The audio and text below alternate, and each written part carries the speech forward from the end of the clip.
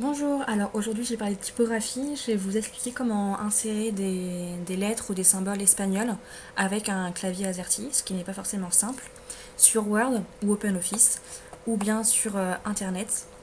Donc sur Word ou sur OpenOffice c'est très simple, il faut aller en bas à gauche de votre écran pour choisir la langue, et je vous conseille avant de commencer à écrire votre texte de choisir la langue parce qu'en fait si vous ne cochez pas la petite icône qui est là, ne pas vérifier l'orthographe ou la grammaire, toute votre grammaire est corrigée, toutes vos voyelles sont accentuées quand il y a un accent sur un O ou un A par exemple.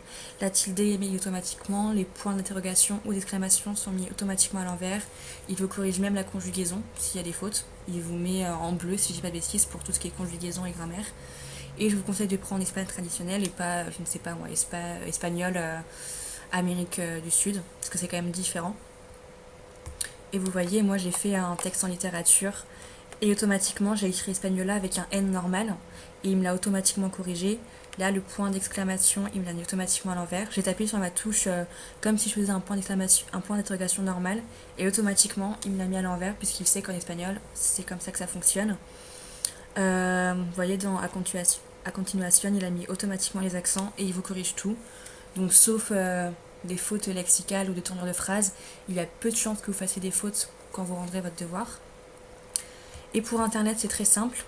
Après, il faut juste avoir un pavé numérique comme celui-là, pas simplement les chiffres en haut de votre clavier. Et ce sont des codes.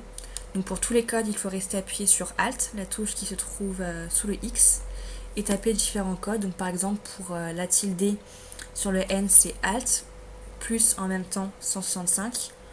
Je vais vous montrer.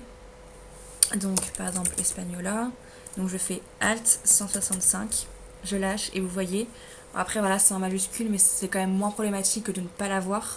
Vous pourrez trouver plus facilement des documents sur Google, il trouvera plus facilement ce que vous recherchez avec la bonne écriture. Et vous voyez, je peux le faire aussi pour le point d'interrogation, c'est Alt 168. Et voilà, il me les met automatiquement. Donc ça facilitera vos recherches. Et par exemple, si vous avez oublié pour la tilde, qui est quand même assez récurrente, je vous conseille de mettre NY, c'est en catalan, et Google trouvera aussi plus facilement les bons documents. Et pour terminer, j'ai trouvé un site qui recense tous ces codes et que je trouve très bien expliqué. Il explique étape par étape comment faire avec les photos de vos claviers pour bien que vous puissiez le faire sans vous tromper. Et puis surtout ce petit tableau que vous pouvez retaper et enregistrer qui est très pratique avec tous les codes.